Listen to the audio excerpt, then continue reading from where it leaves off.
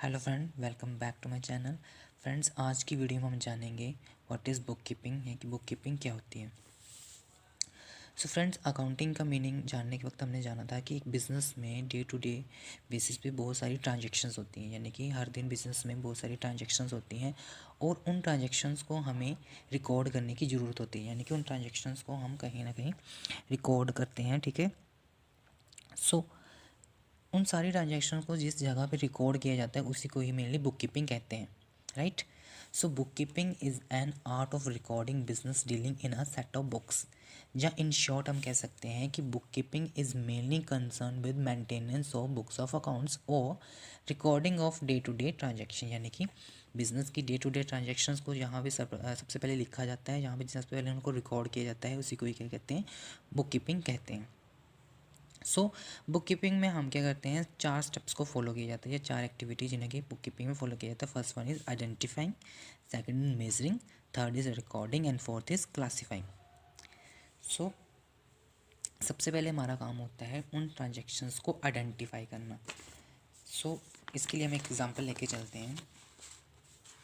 For example, आपका कोई friend है, ठीक है, उसका बर्थडे है, राइट।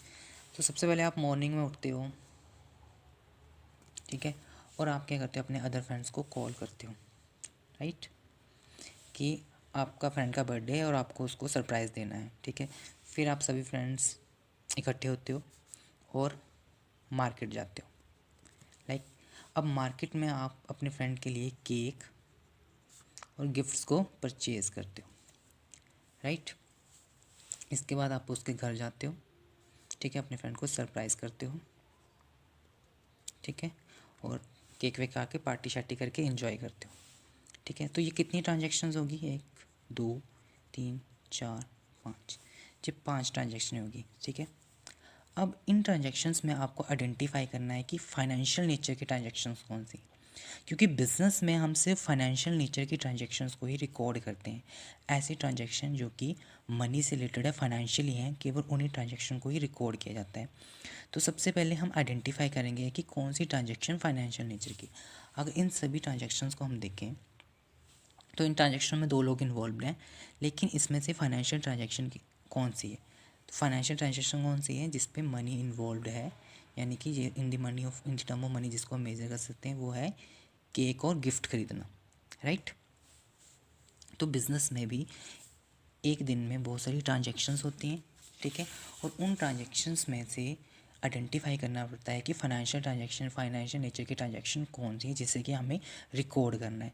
बिज़नेस में डे टू डे बेसिस में फाइनेंशियल नॉन फाइनेंशियल दोनों तरह की ट्रांजेक्शनें होती हैं। उसमें से अब बिज़नेस की फाइनेंशियल नेचर के ट्रांजैक्शन कौन सी होंगी।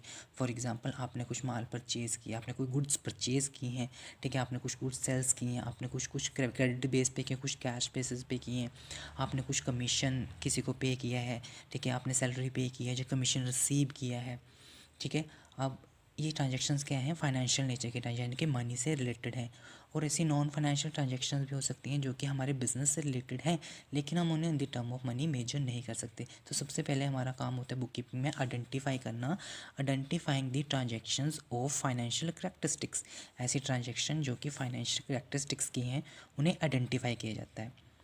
फिर सेकेंडली हमारा काम आता है measuring, measuring the transaction in the term of money.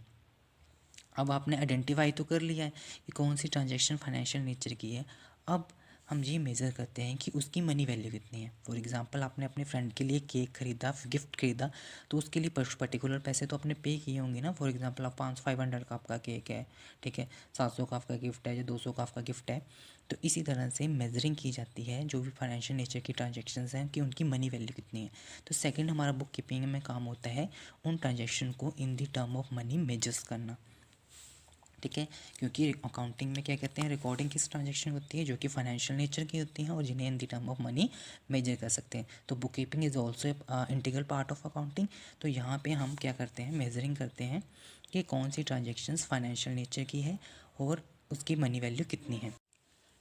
Identifying and measuring के बाद अब आता है रिकॉर्डिंग, यानी कि जो भी ट्रांजैक्शन है बिजनेस से उसको हम रिकॉर्ड करते हैं। तो सबसे पहले जो ट्रांजैक्शन जिस बुक में रिकॉर्ड की जाती है उसे बोलते हैं बुक्स ऑफ ओरिजिनल एंट्री, जिसे हम जर्नल के नाम से भी जानते हैं, राइट। सो ट्रांजेक्शन्स को बुक ऑफ ओरिजिनल एंट्री यानी कि जर्नल में रिकॉर्ड किया जाता है। अब बुक कीपिंग क्या है, सेट ऑफ बुक्स है, यानी कि ये एक सिंगल बुक नहीं है, ठीक है। तो इसमें ये सेट ऑफ बुक्स है, यानी कि इसमें बहुत सारी फर्दर बुक्स भी हैं जिन्हें कि हम सब्सिडरी बुक्स के नाम से जानते हैं, ठीक है। तो अगर हम, ये डिपेंड करता है हमारे बिजनेस के साइज़ पे कि हमें सब्सिडरी बुक्स को क्रिएट करने की जरूरत है या नहीं रिकॉर्डिंग पर्पज़ के लिए। फॉर एग्जांपल अगर आपके बिजनेस का साइज़ जो स्मॉल है, नंबर ऑफ ट्रांजेक्शन जो है कम है, तो एक सिंगल बुक जर्नल से भी काम चल जाता है, यानी कि जर्नल में भी आप अपने बिजनेस की रिकॉर्डिंग कर सकते हो डे टू डे बेसिस पे ट्रांजेक्शन को। लेकिन अगर आपके बिजनेस का साइज़ बड़ा है, नंबर ऑफ ट्रांजेक्शन ज़्यादा है, तो एक सिंगल जर्नल से काम नहीं चलता है, आपको कुछ सब्सिडरी बुक्स भी क्रिएट करनी पड़ती हैं, ठीक है। अब ये सब्सिडरी बुक क्या है, जैसे कि cash book, purchase book, credit purchase book, cell book, ठीक है। तो इनको रिकॉर्डिंग पर्पज़ के लिए यूज़ किया जाता है। तो हम अपनी फर्दर वीडियो में जानेंगे डिटेल में इन ये बुक्स क्या होती हैं, इनके कैसे रिकॉर्डिंग की जाती है। आज हम इसका एक ओवरव्यू लेते हैं, राइट। तो बुक कीपिंग में क्या है, एक सेट ऑफ बुक्स है, यानी कि इसमें बहुत सारी बुक्स हैं जो कि क्रिएट की जाती है रिकॉर्डिंग पर्पज़ के लिए। और बुक कीपिंग में जो सबसे पहले ट्रांजेक्शन्स को जहाँ रिकॉर्ड किया जाता है उसे कहते हैं बुक्स ऑफ ओरिजिनल एंट्री यानी कि जर्नल। तो जो भी ट्रांजेक्शन हो रही हैं उन्हें उनके नीचे के डेट के अकॉर्डिंग जर्नल में रिकॉर्ड कर दिया जाता है। इसके बाद एट लास्ट हमारे पास आता है क्लासीफाइंग, ठीक है। अब क्लासीफाइंग जिस बुक में किया जाता है उस बुक को कहते हैं लेजर, और classifying in the form of account किया जाता है, यानी कि डिफरेंट काइंड ऑफ अकाउंट्स यहाँ पे क्रिएट किए जाते हैं। फॉर एग्ज़ाम्पल अगर आप समझ सकते हैं, मान लीजिए राम हमारा एक कस्टमर है, ठीक है। राम बिज़नेस का कस्टमर है और राम ने हमसे कोई सामान जो है परचेज़ किया है, ठीक है। उसके लिए उसने कुछ मनी पे की है और कुछ उसने क्रेडिट में परचेज़ किया है, कुछ सामान जो उसने वो रिटर्न कर दिया है। अब एक पर्टिकुलर टाइम के बाद बिजनेसमैन को ये जानना है कि राम के साथ उसकी क्या क्या ट्रांजेक्शन हुई है, राम के अकाउंट का क्या स्टेटस है। तो अगर उसको वो सिर्फ जर्नल से देखेगा तो जर्नल में किस पेज पे किस डेट पे वो पर्टिकुलर ट्रांजेक्शन राम के साथ की गई हैं, तो उसको जानने के लिए हमें पूरे एंटायर जर्नल को देखना पड़ेगा, ठीक है। तो ये एंटायर जर्नल को देखना मतलब टाइम कंज्यूमिंग प्रोसेस है, इसमें टाइम लगता है। अब एक दिन में कितनी सारी ट्रांजेक्शन्स की गई, अब राम से रिलेटेड ट्रांजेक्शन हमें कब हुई है, किस डेट पे हुई है, किस पेज पे लिखी है, इसको देखने के लिए पूरा एंटायर जर्नल देखना पड़ेगा और ये काफ़ी ज़्यादा टाइम कंज्यूमिंग होगा। तो यहाँ पे लेजर जो है क्लासीफाइंग यानी कि लेजर पोस्टिंग हमारी हेल्प करती है। इसमें क्या किया जाता है, डिफरेंट टाइप ऑफ अकाउंट्स को क्रिएट किया जाता है और ईच अकाउंट्स में उससे रिलेटेड ट्रांजेक्शन्स को लिखा जाता है। अब जैसे कि हमें राम का स्टेटस जानना है तो हम राम का अकाउंट्स जो है वो क्रिएट करेंगे और उसमें ईजिली राम से रिलेटेड सारी इन्फॉर्मेशन सारी ट्रांजेक्शन को लिखा जाएगा। लाइक अगर हमने राम के स्टेटस को जानना है कि कितना सामान उसको बेचा था और उसमें से उसने कितने पैसे पे कर दिए हैं, कितने पैसे जो उसने अभी नहीं पे किए हैं, और कितनी गुड्स उसने जो रिटर्न किए हैं, किस टाइम पे किस दिन में किए हैं, वो सारा वहाँ पे मेंशन होता है किस डेट पे उसने मतलब सामान रिटर्न किए, किस डेट पे कैश मिला है। तो राम का एंटायर स्टेटस एक बिजनेसमैन लेजर्स में राम का अकाउंट्स को देखकर जान सकता है। इसी तरह क्लासिफिकेशन में लेजर पोस्टिंग जो है हमारी हेल्प करती है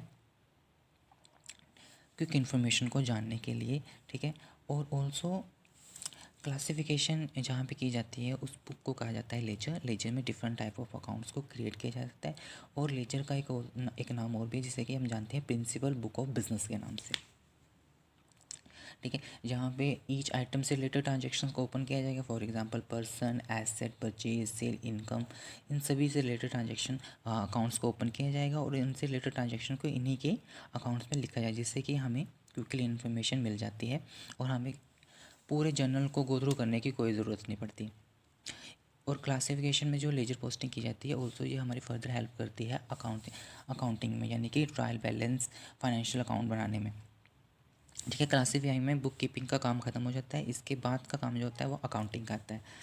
तो इसमें आइडेंटिफिकेशन कर ली, मेजरिंग कर ली, इसके बाद ट्रांजेक्शन को रिकॉर्ड कर लेते हैं बुक्स ऑफ ओरिजिनल एंट्री, जिससे कि हम टेक्निकल नेम जर्नल है, और इसके बाद उसकी क्लासिफिकेशन करी, यानी कि जो भी ट्रांजेक्शन हमने अपनी जर्नल्स में लिखी हैं सिमिलर ट्रांजेक्शन से रिलेटेड जितनी भी उसकी ट्रांजेक्शन हैं उन्हें एक जगह पे लिखा जाता है, यानी कि उसे एक अकाउंट्स में लिखा जाता है। अकाउंट जो है इस फॉर्म में बनाया जाता है जिसमें फॉर एग्ज़ाम्पल राम का अकाउंट है तो एक साइड डेबिट होगी, एक साइड क्रेडिट होगी, ठीक है। अब डेबिट और क्रेडिट किस तरह से किया जाता है ये अकाउंटेंसी के रूल एंड रेगुलेशन प्रिंसिपल में मेंशन है।